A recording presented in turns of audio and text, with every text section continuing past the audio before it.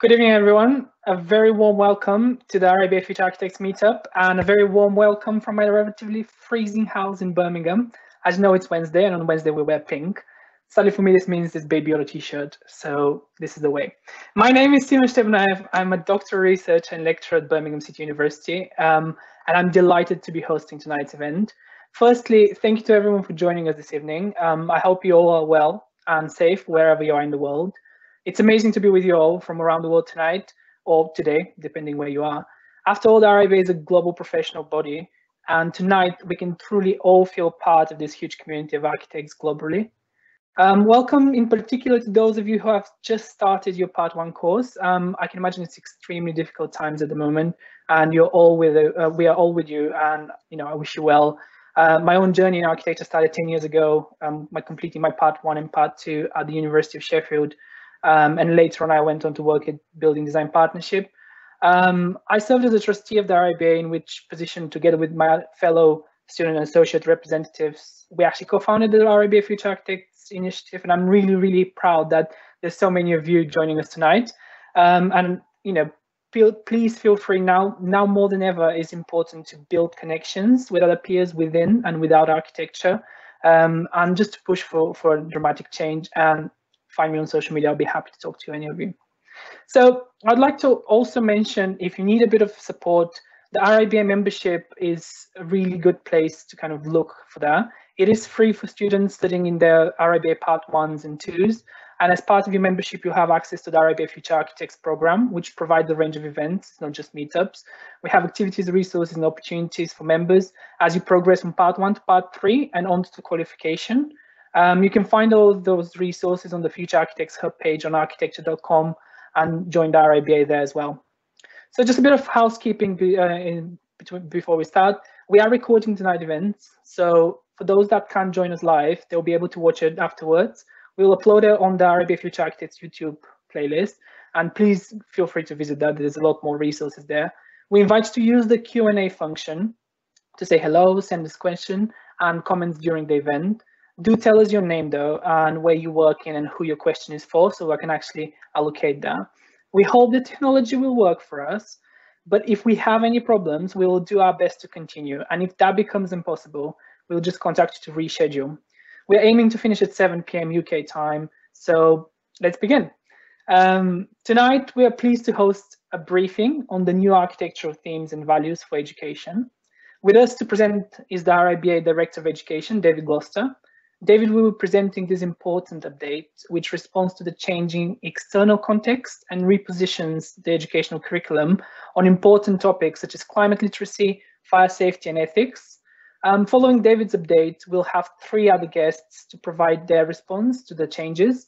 We have Nikki Watson, who's an RIBA trustee and director of JDDK Architects, Professor Kevin Singh, head of school at Manchester University, and Maryam Al-Irhayim, who's an RIBA National Council student representative and Part 2 student also at Manchester Schools of Architecture.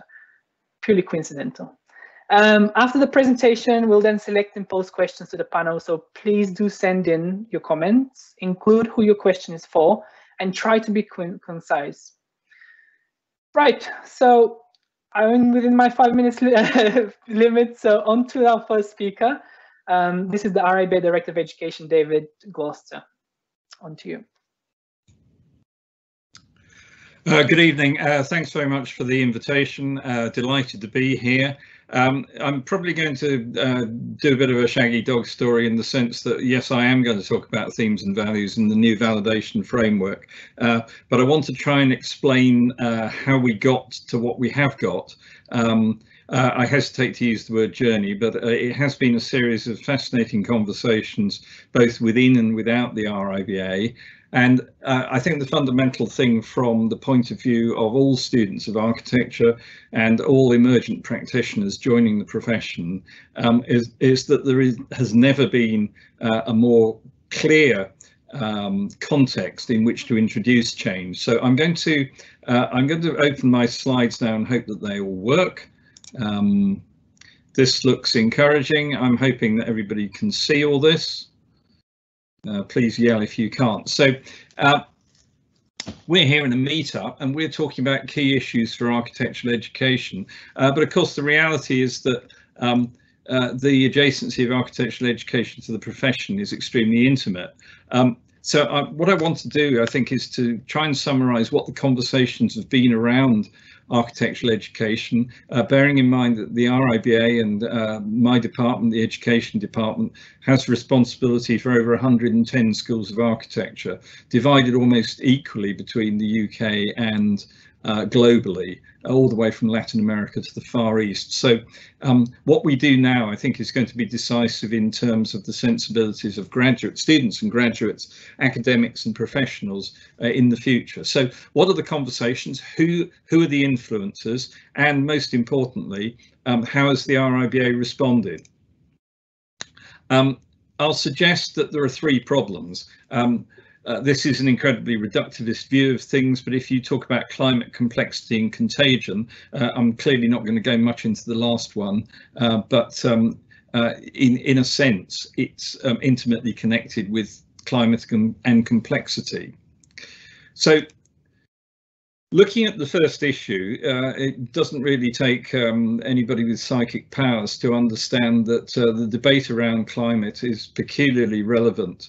And actually has been for around 40 years. I mean, I'm getting extremely old, but I mean, oddly enough, at the point when I came in as a student of architecture, the debate about climate change and threat to habitat was absolutely rampant. The problem is it's been perhaps subsumed in the demands of commerce over the last few years, and so we haven't really given it the serious consideration within the profession that we should have done. I always used to get ticked off by using the word crisis, but it doesn't seem an overestimation of the issues that all of society, and not just the profession of architecture and schools of architecture, are facing. We see the evidence of the crisis manifest in many, many ways. Now, encouragingly, what has happened is that there has been, I think, a groundswell of demand from within the profession and from without the profession, saying that we have reached a point where the paradigm for architectural education simply has to move. I couldn't agree with this more. I think the context for change is well established.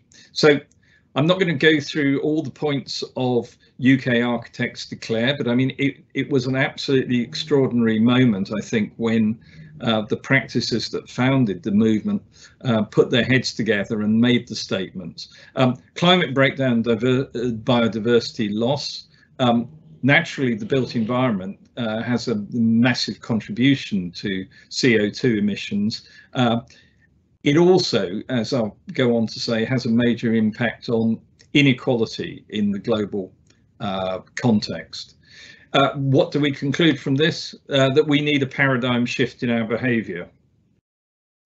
And we influence, we in the schools, we in the profession, we as users of architecture, all of us involved in built environment, have the capability to make that paradigm shift. But we need to be moved to it through a framework which is going to be authentic and convincing. Hard on the heels of UK Architects Declare, we had Architecture Education Declares, a call for curriculum change. The ecological crisis, sign the petition. So what we were beginning to see was a convergence between the profession and those who are being taught architecture. And what were the students saying? Quite rightly, they were saying that there were unprecedented challenges out there. They were talking about the intensive extraction of Earth's resources, the lack of any moral and ethical stance on that intensive extraction. And the point I made earlier, that intimately links ecological breakdown and global inequality. We have a responsibility, whether we're in the global north or the global south, to understand these connections. And Architecture Education declared that certification bodies, i.e. people like the RIBA, needed to centralise these dimensions of ecological breakdown in their requirements. And if we don't do this, we're not acting in the public interest. And we as architects actually have social obligations. We are servants of societies and communities. They are the people that sustain the profession, that sustain architectural education. And it is fundamental that we act in the public interest. And there's a last really important point here, that you have to move beyond competition. You have to move beyond the silos of the universities and the practices and look at this in a built environment discipline manner. We have to work collaboratively, we have to share. And what are the important things that we need to consider? Well, we certainly need to embed an ecological understanding. We do need to articulate a new politics. Now, I'm not trying to come on like some fourth form Marxist here, but the reality is that we need to be cautious about the adjacency of architecture and business, because if we are to create the paradigm shift, we need to make sure that we as architects are acting ethically and working in an ethical manner with ethical commissioners of projects, clients. We need to become better specialised. We need actually to develop, I think, specialisms in a whole range of things to actually understand how complex and multidimensional these problems are. We certainly need to be more cooperative. We need to ally across disciplines, across institutions. We need certainly to reevaluate what the aesthetic canon is and also what the curricular canon is. There's a guy who you're probably aware of, Scott Macaulay, the coordinator of the Anthropocene Architecture School. I'm not going to read everything he says. I've got a suspicion Scott and I might not necessarily get on, but I do like a lot of the things that he says. Schools of architecture should be spaces for experimentation, but not places that normalise ignorance of consequences. It's a great statement. And here he is, you know, he's talking here. I mean, this is fantastic stuff. Forcing climate emergency compliance. Well, that's a pretty big statement. And his last one, you know, I'm sorry, I remain a teenager, rebelling and influencing any sphere that we can. I think this is great stuff. It's about a spirit of constructive skepticism. Now, how's the RIBA been picking these things up? As I say, I will get to the validation framework, I promise. The Sustainable Futures Group, SFG, at the RIBA is concerned with the development and management of sustainability strategies by the setting of outcomes. We are going to do much more work in the future, and it's been reflected in the review of our awards, about post-occupancy evaluation. How does a building actually perform once it's occupied? You know, as architects, we tend to photograph buildings without people, but the reality is it is the user who determines success.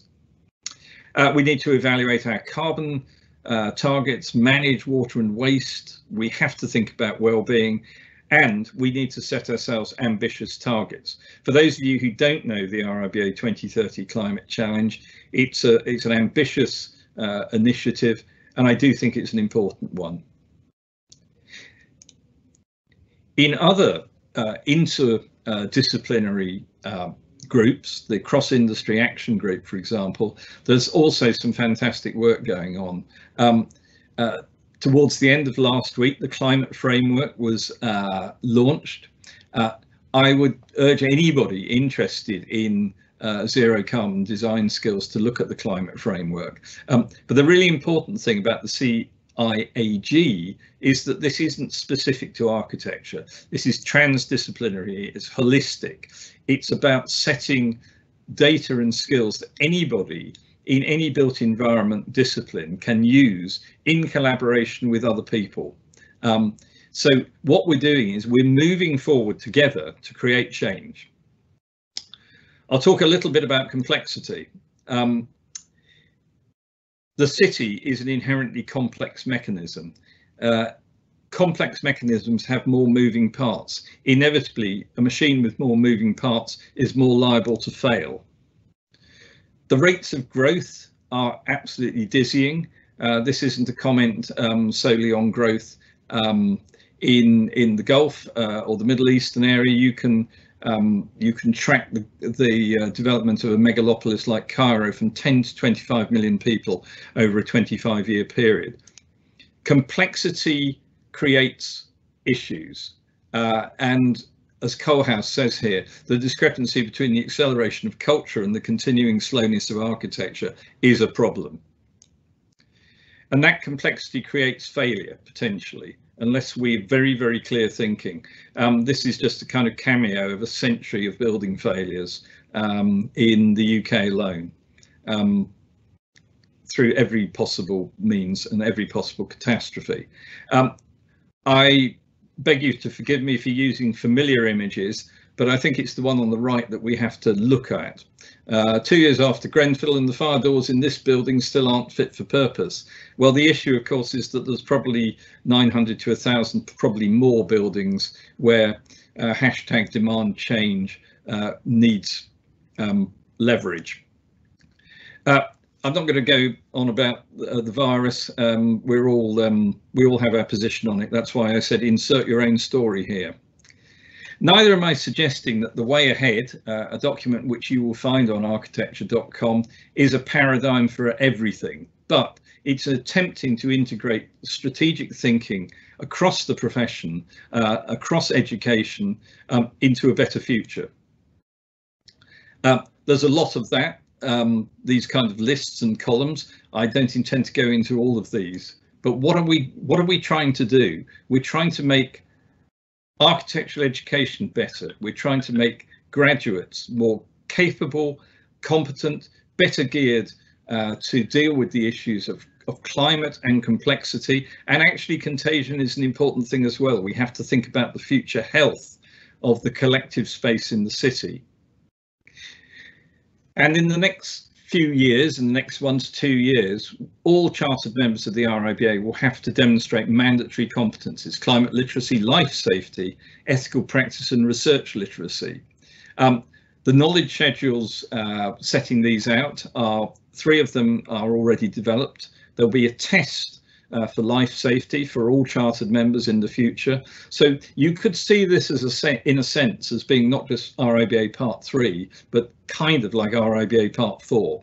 It's to do with all of us re-equipping ourselves to be better architects, to better serve, as I say, the societies and communities that commission our work.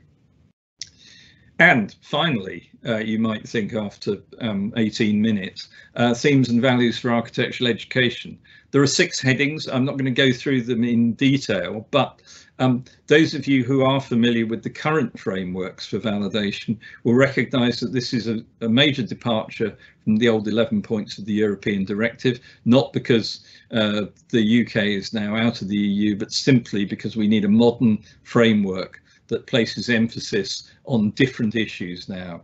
And if you go through these 6 points, and also the graduate attributes, in other words, what should a Part 1 graduate be able to demonstrate, or what should a Part 2 graduate be able to demonstrate, you'll see there's an awful lot about environmental issues, about ethical issues, about building physics, collective responsibilities, evidence-based feedback. We are moving, I think, to greater accountability in all parts of our culture, but as architects, like doctors, it seems to me that we have to be held accountable for our actions. That's not to scare anybody. I think it's to give a sense, though, of the onerous responsibility of what being a good architect involves. This is the frame. Those of you who are already involved in CPD will recognise that the 10 headings for Part 3 here mirror exactly the 10 headings for the 2020 RIBA CPD core curriculum. So I've had to go through this quite quickly, but here we are. We're at a point where the implementation of themes and values for architectural education and our new validation procedures is from the 1st of September 2021. And all schools which are validated after February 2022 will necessarily have to reflect these in their outputs. This doesn't mean that the RIBA is going to go in like Boadicea in a chariot and find fault with those schools, but what we do need to be reassured about is that all 110 schools are moving forward in the right direction to better reflect those issues of climate complexity and contagion. And I wish in the future that all of you students, graduates, practitioners will be as nimble as the gazelles and as fast as the cheetah that you see here. So thank you very much. Thank you, David. This is really interesting and really informative. And I would encourage everybody listening to start putting Q&As into the chat box. We'll pick them up afterwards. Now we're going to go and get to give a response from a professional practice perspective. So the RIBA Trustee and Director of JDDK Architects, Nikki Watson, the floor is yours, or Teams, or the screen.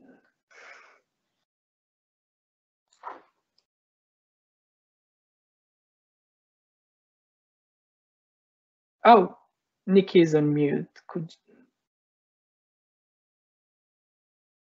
I'm not on mute. Thank you, Simeon, and thank you, David. That was a great introduction to the subject. Yeah, so just I've got slightly two hats here. I do have a voluntary role at the RIBA. I'm one of the RIBA trustees with a responsibility for learning, and I have worked with David and his colleagues around this development of the themes and values for education. But also, my main day job is I am a director of an architecture practice in Newcastle, northeast of England. It's a practice of 20 people. So we're dealing with the reality of working in practice now. I've been in this practice for nearly 30 years, so I've seen changes over the years, and I can see where the profession is heading and what we're tackling with now. And I have to say that the new themes and values for education, I think, are extremely exciting for the profession. I think that they have a fantastic opportunity now for schools of architecture to develop graduates and for graduates to develop themselves into our new set of professionals who are going to really be able to contribute really positively to practices in the early stages of their career and become really meaningful members of our profession in the future. So I'm really delighted that this is heading into reality now. I think I'm going to probably cover a few things that David already said, but I think what's really important for me is that this piece of work is really repositioning the social purpose of architecture. Alongside that social purpose, there's a re-emphasis on technical and the business agenda around practicing as an architect. And I think those three areas together are really at the core of this. I mean, we as a practitioner, I employ graduates, and those graduates will become future architects running their own practices. You might come out of university and go straight into running your own practice.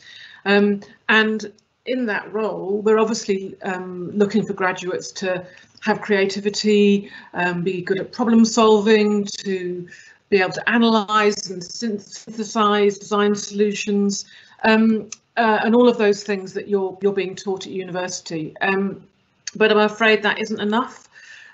We also, when we're practicing, we need to be making sure that we are having impact with our work. We're having social impact, environmental impact, and economic impact. And these themes and values for architectural education are going to generate opportunities for you to develop skills so that you can join practice and make those impacts yourself. The complexity that David referred to is a reality. The amount of standards and regulations that we're having to work amongst are increasing, and that is making our jobs more and more complex. And I think David referred there to the RIBA and chartered members in the future having to have tests regularly to make sure that they have certain levels of competency. Well, that's also going to come from the ARB, our registering body as well. It's not just going to be the RIBA. So we are going to be having to prove our competency in areas. And so with these new themes and values, you're going to build those competencies whilst you're still at university, while you're still learning. And then once you come and work in practice, you're going to be up and running, which is fantastic. And of course, we can't do any of that unless we have a viable business to do that work within. We can't have social impact, we can't have climatic impact and sustainability impact to our clients unless we have a viable business. So those business skills you learn are really, really critical. Even if you are an employee working for an employer who's actually running the business, for you to understand the background of how the economy of a business works and so forth, all the other things around running a business, is going to be really important for you to be a really active member of that business and a really valuable member of that business. So again, I think this is a really important part of our of the themes and values that you're going to have that opportunity to learn. Very quickly, Simeon tells me I'm nearly out of time.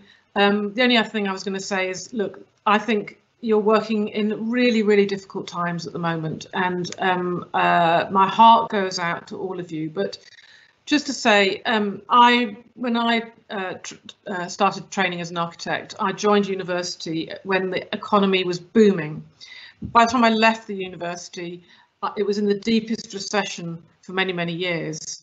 I feel your pain. It's a really difficult time to be entering into a new profession, but stick with it.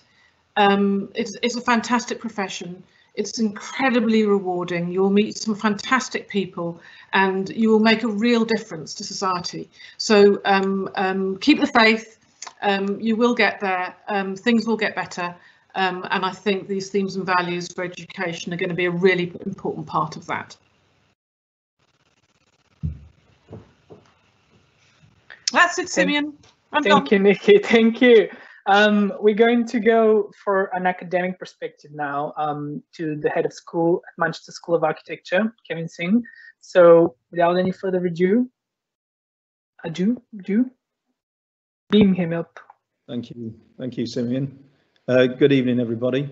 Probably just like Nikki, just a little bit of context, perhaps about me. So as well as being head of Manchester School of Architecture, I'm probably a rare breed of head of school because I'm also in practice, a small SME based in Birmingham, and actually a practice that I started quite soon after qualifying. So picking up on some of Nikki's comments there. I think for me, from an academic perspective, the changing criteria to themes and values is really welcomed. I think it was about 2003 when the sort of first set came out, or the last set. And having to work around them. And I think, as David said, this is really a sign of moving with the times, particularly with sort of climate emergency, issues of sustainability, and of course Grenfell that's been noted.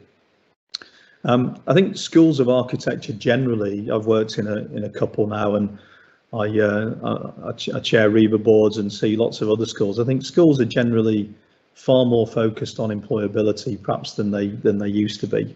I mean, some of this is because of metrics that things were measured by, such as graduate outcomes, so that's student employability. And I think themes and values aligns with this sort of trajectory that schools have been on, but also, of course, what's happening in the profession. And again, as a practitioner, I'm sort of very mindful of sort of both of those sides of things.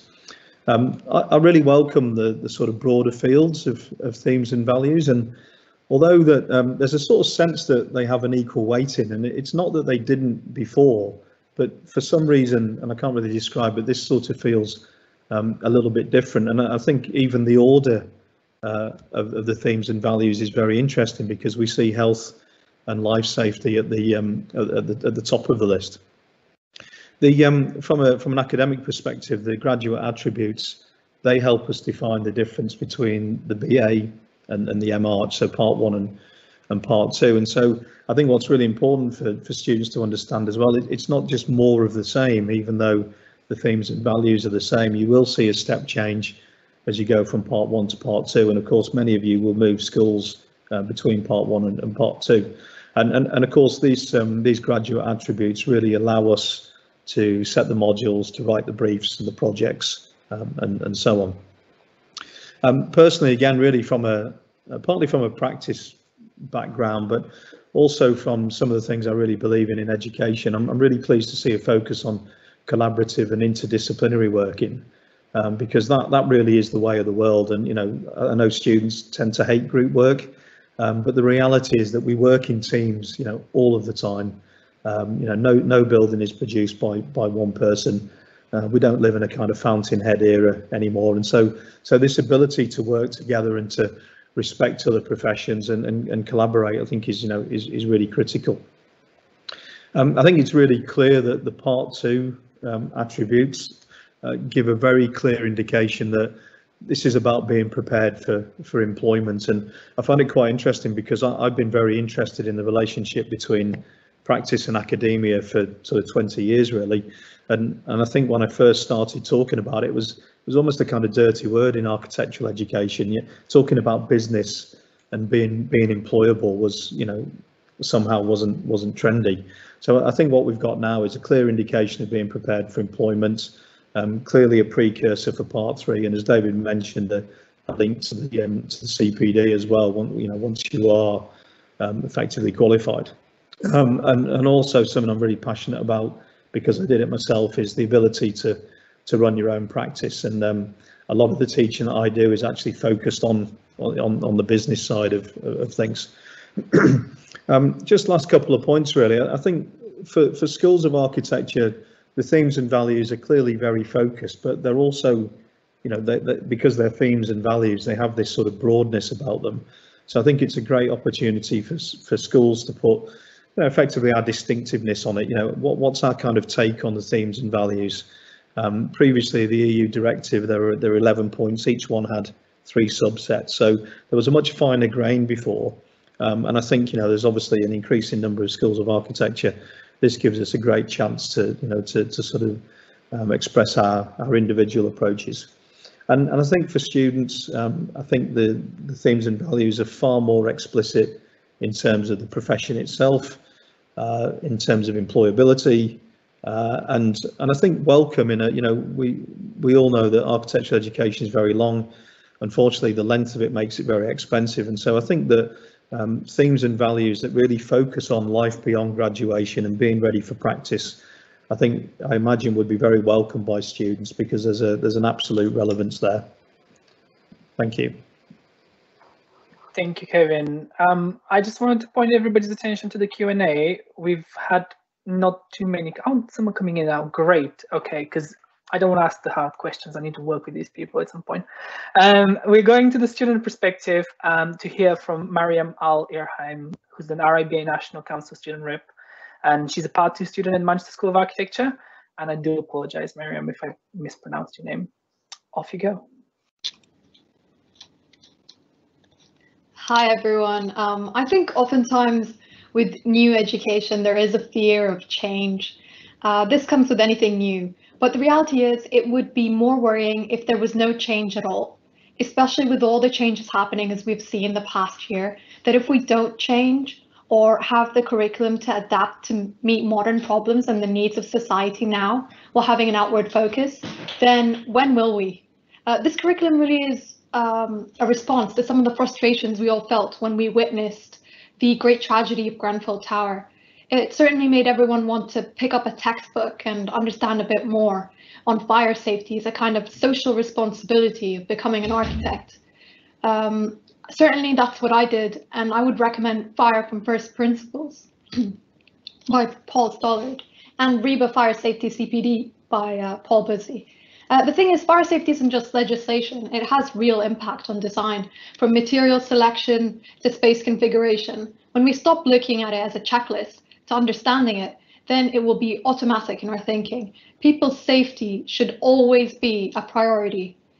The thing is, most students care. Most of them want this. That's why they go to university to learn and are already doing this, even in the classroom. I often see projects quite ahead of their time. We all know that guy or girl who makes sustainability look so cool with their new sustainable material study project that uses bamboo or earthram or whatever it is.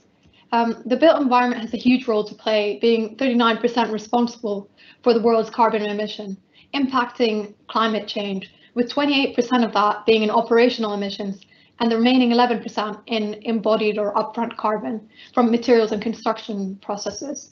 Taking that in consideration, with increased demand for biodiversity, population changes and historical rejuvenation, we have a role to step up, and sustainable design doesn't just mean green buildings or sprinkling a few trees in a render. It has more effects and impacts for years to come to the people and their surrounding, their home, the street they walk by, the amount of asthma cases from new construction.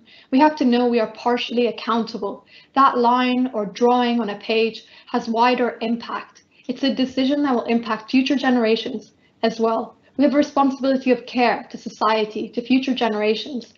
With climate change being one of the major problems that are unfolding, there's not anyone who's too young or too old to take care of our home planet. We all have a role, no matter how small.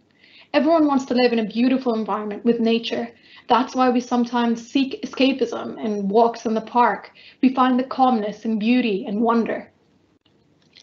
We also see students have such an unwavering passion for social projects that help communities that range from difficult, complex subjects, from social housing to gentrification, to challenging capitalism testament of different avenues of even profit-making rent-based current configurations, to new topologies that embed and challenge our current way of thinking, to making and improving society.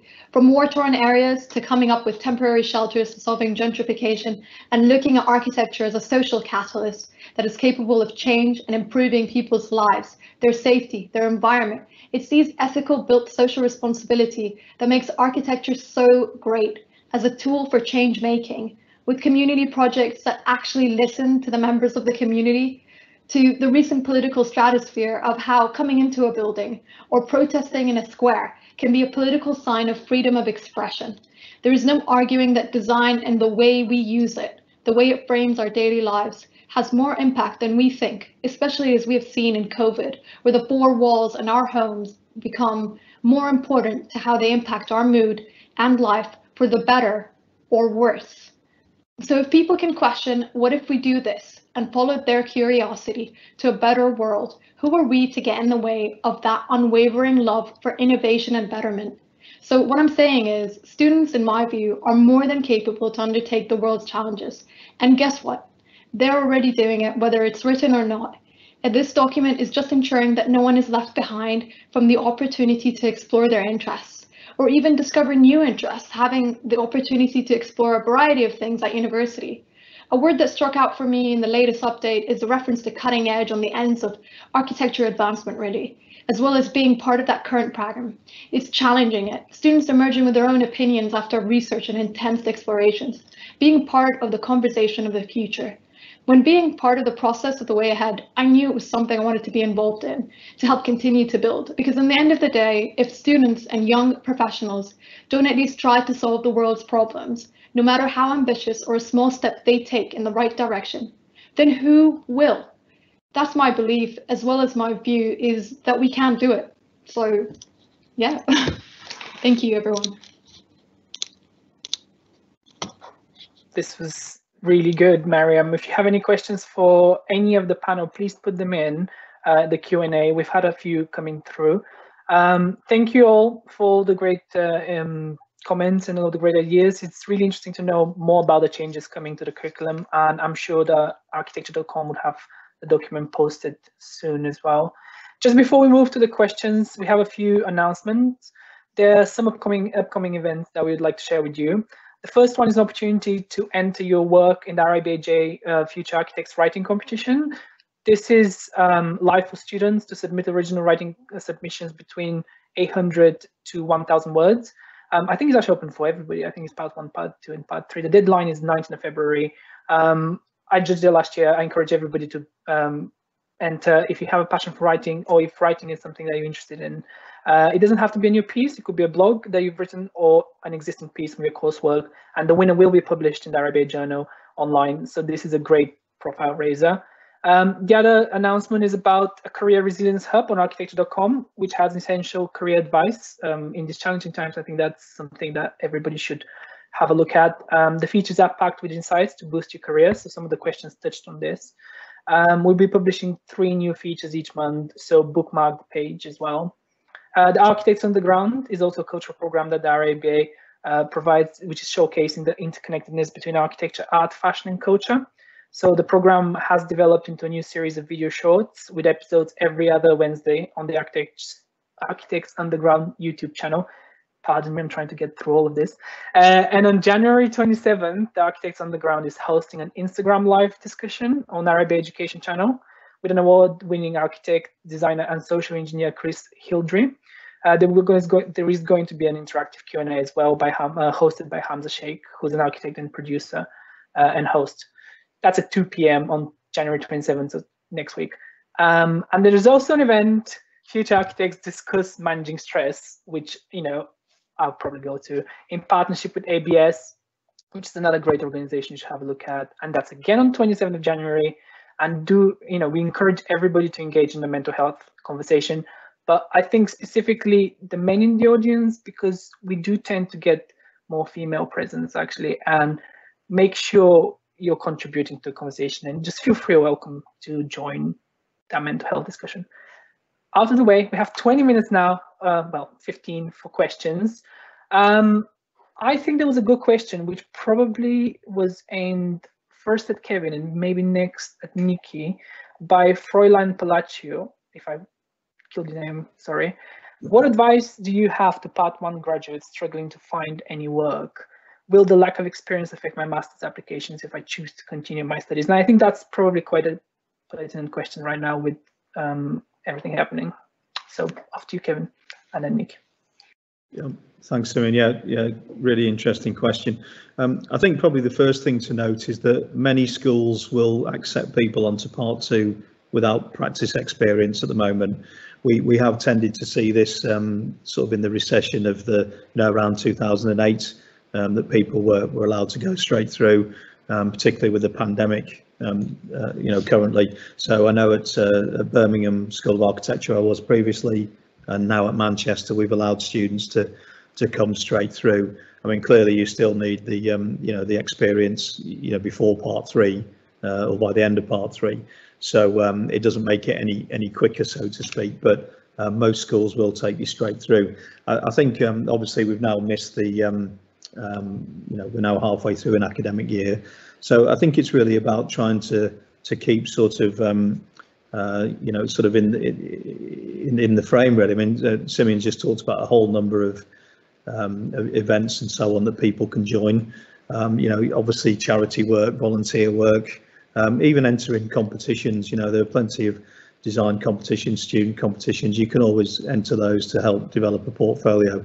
But I think the simple answer to the crux of the question is it's great to have year out experience, obviously. I don't think many schools would call it essential at the moment. And I know at Manchester we put some extra support in for students who've gone straight through from Part 1, because we recognise that the things that they would normally pick up in the year out is missing. Nikki, would you like to add something? Yeah, absolutely. I mean, yes, I guess my response is coming from not so much the route from Part 1 into Part 2, but I suppose thinking about as an employer and looking at what I look for in somebody's CV. And Kevin made a point earlier about architecture being a very collaborative profession, and I'm always really interested to see what students do as well as or instead of architecture at any point of their life. So being able to see that the students been working in a scenario where they've been working in a team, where they've had to take responsibility, where they've had perhaps to do a lot of communicating with different people, perhaps people outside of their immediate sphere. These are all skills, people skills that we need in business. So, you know, I would really, I think any employment is good employment as far as that's concerned, really. But if you can find employment or voluntary work in areas where you can build those skills and then you can demonstrate them to a future employer, I think that's all really great stuff. Using your time to develop new technical skills, work on, you know, I don't know whether it be, you know, Photoshop skills or Revit skills or whatever it might be. I think all of those things are really useful as well. So I've been there. I was unemployed for nearly a year when I came out of my second degree, and it's tough. And just keep plugging away. Architects don't always employ people on October the 1st or May the 1st, whatever it might be. They'll be, you know, their work fluctuates up and down all the time. So, you know, particularly if there's particular practices you want to work for, just keep knocking on the door and offer them something new and different next time you knock on the door to them. You might find that they're looking for somebody. This is great. I am going to pick next Ryan Hillier's question, and I'm going to put that to David. As the new framework projects promote education at the latter stages of an architect's career, how do you think this will affect more professionals re-entering education in later years and a rise in multidisciplinary businesses balancing practice and academia? So lifelong learning and, you know, how these new criteria is actually going to work. Yeah, I think there's about 5 questions within that, but I'll do my best.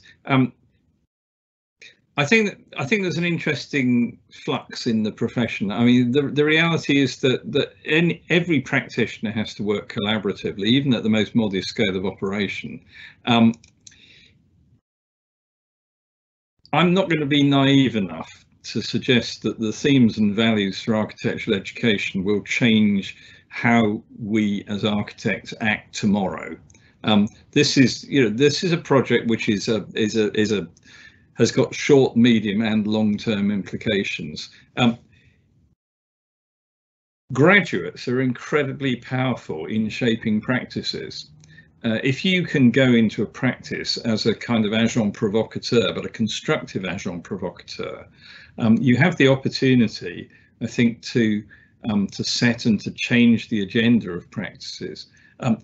My personal view is that multidisciplinary practices, you know, which were very much the thing in the late 60s, early 70s, and have tended to not be quite as popular latterly, are incredibly useful. You know, it's vital. If you've got a quantity surveyor sitting in the corner of your office or a structural engineer, as part of the personnel of that office, the ability to be able to push ideas past them, whether they're related to structure, space, cost, sustainability or whatever, seems to me to be invaluable. We really genuinely need to acknowledge what we don't know.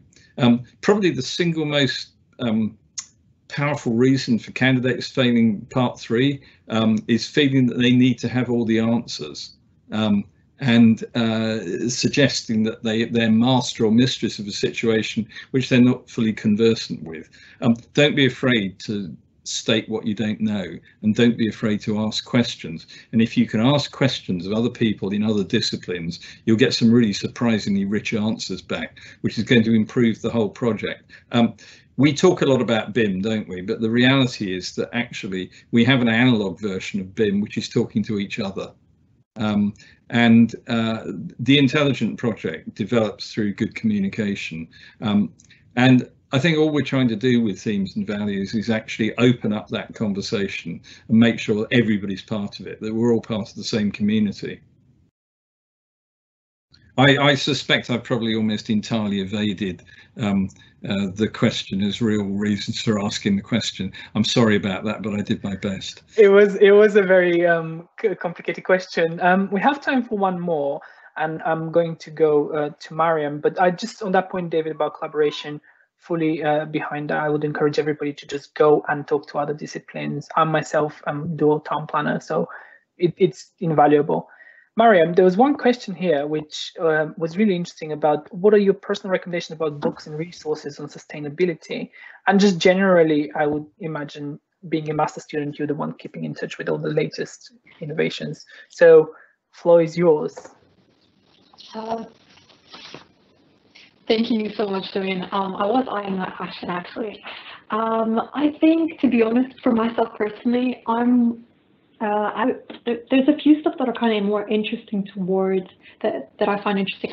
I do enjoy history as well, so I find vernacular architecture to be one that I enjoy.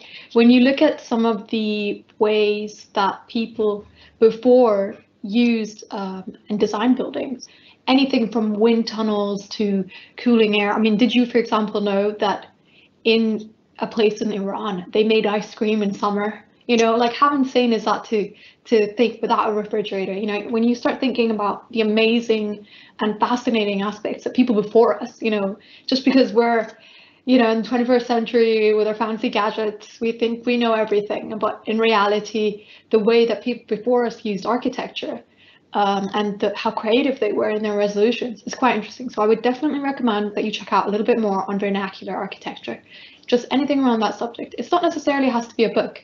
It can just be reading about different examples around the world, how they respond to heat, how they respond to cooling. Another project I was actually involved in as well that I genuinely learned so much about was the Citizen Roadshow. I don't know if you've heard of it. It's run by TU Delft, and it's basically a group of experts that went to different cities around Europe, and they tried to kind of make each city more green by coming up with resolutions that would help and make it more sustainable. All their work is amazing. I mean, Craig Martin is an amazing person, so is Greg, and all these kind of their work, the way they come up with these ideas, it just shows an applicable action point of how you can actually get involved with the community.